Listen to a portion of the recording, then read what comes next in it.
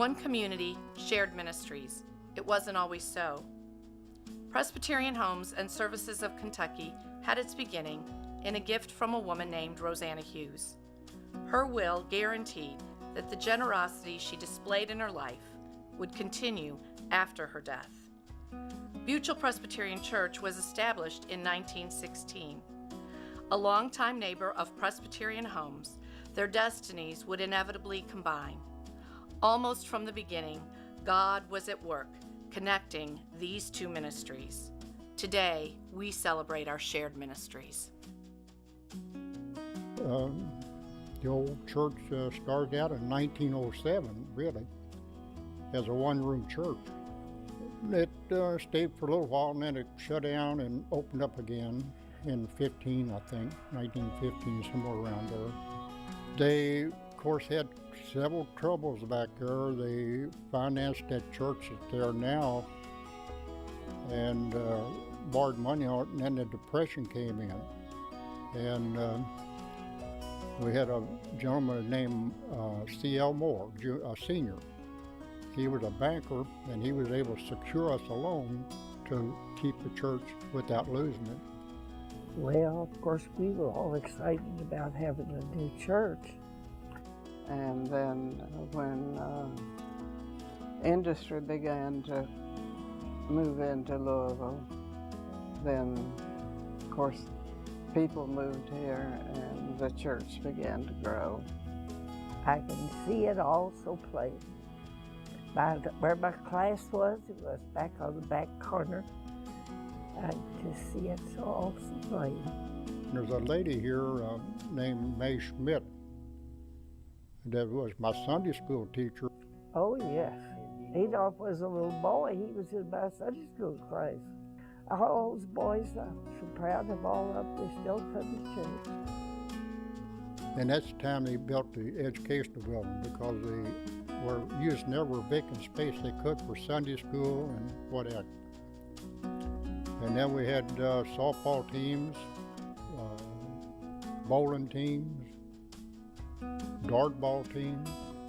At that time, you had to make your own thing to do. Today, you have so many other activities going on.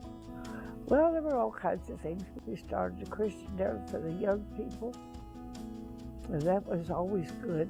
We went roller skating. We went summer camps. We went to KMI, which was Kentucky Military Institute.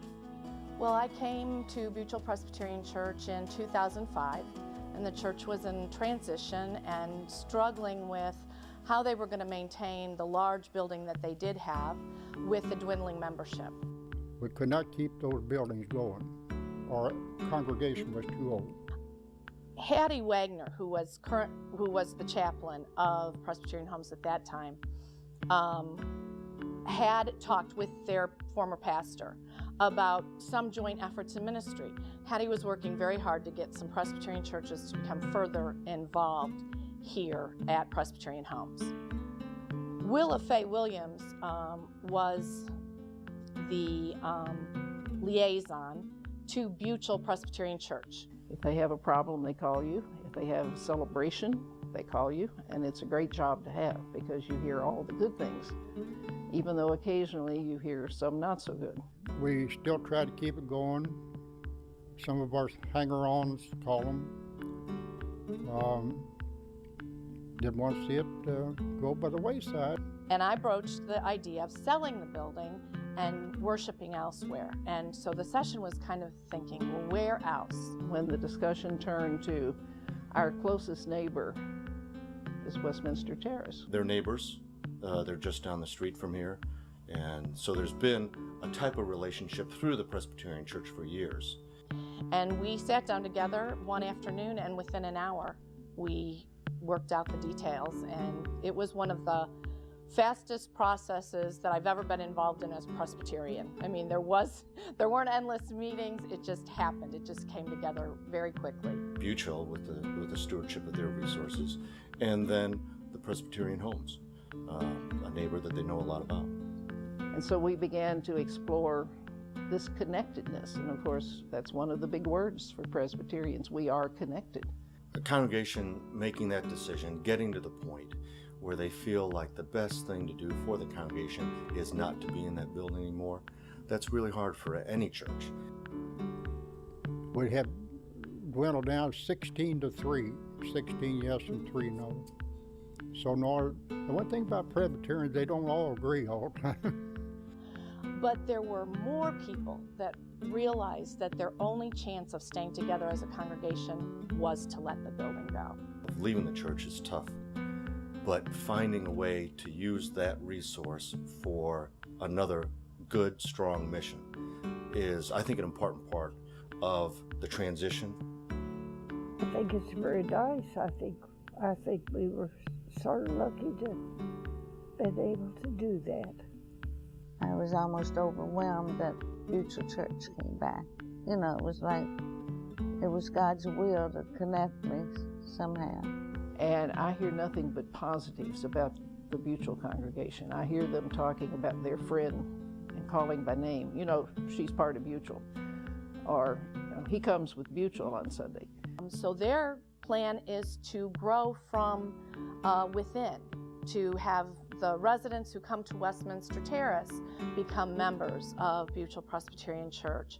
And it's important, a lot of these folks that get here, their spiritual life is what they still have left and still have control of. The church is the people. And so the worship that takes place wherever the people are is the church. I know that the people that were members of Buechel Presbyterian have found that this has begun to feel like their new church home. Yes, I guess you would say you miss the old place, but hey, we all got to downsize.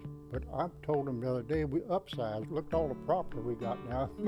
We're involved in a covenant, as you well know, and we're glad to be there. We really are. Couldn't have happened to a better bunch of people. What we've done together, Buechel Presbyterian Church and Presbyterian Homes and Services of Kentucky have linked themselves in a covenant relationship as a way to formalize their connection. And what that does for both is, for Buechel, it provides Buechel with a legacy.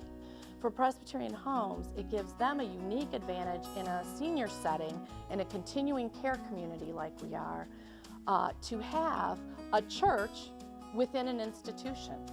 That's a very different idea.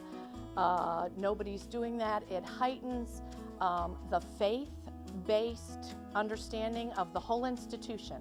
Knowing that one congregation at a time has taken hold and looked to the future, they're not looking back.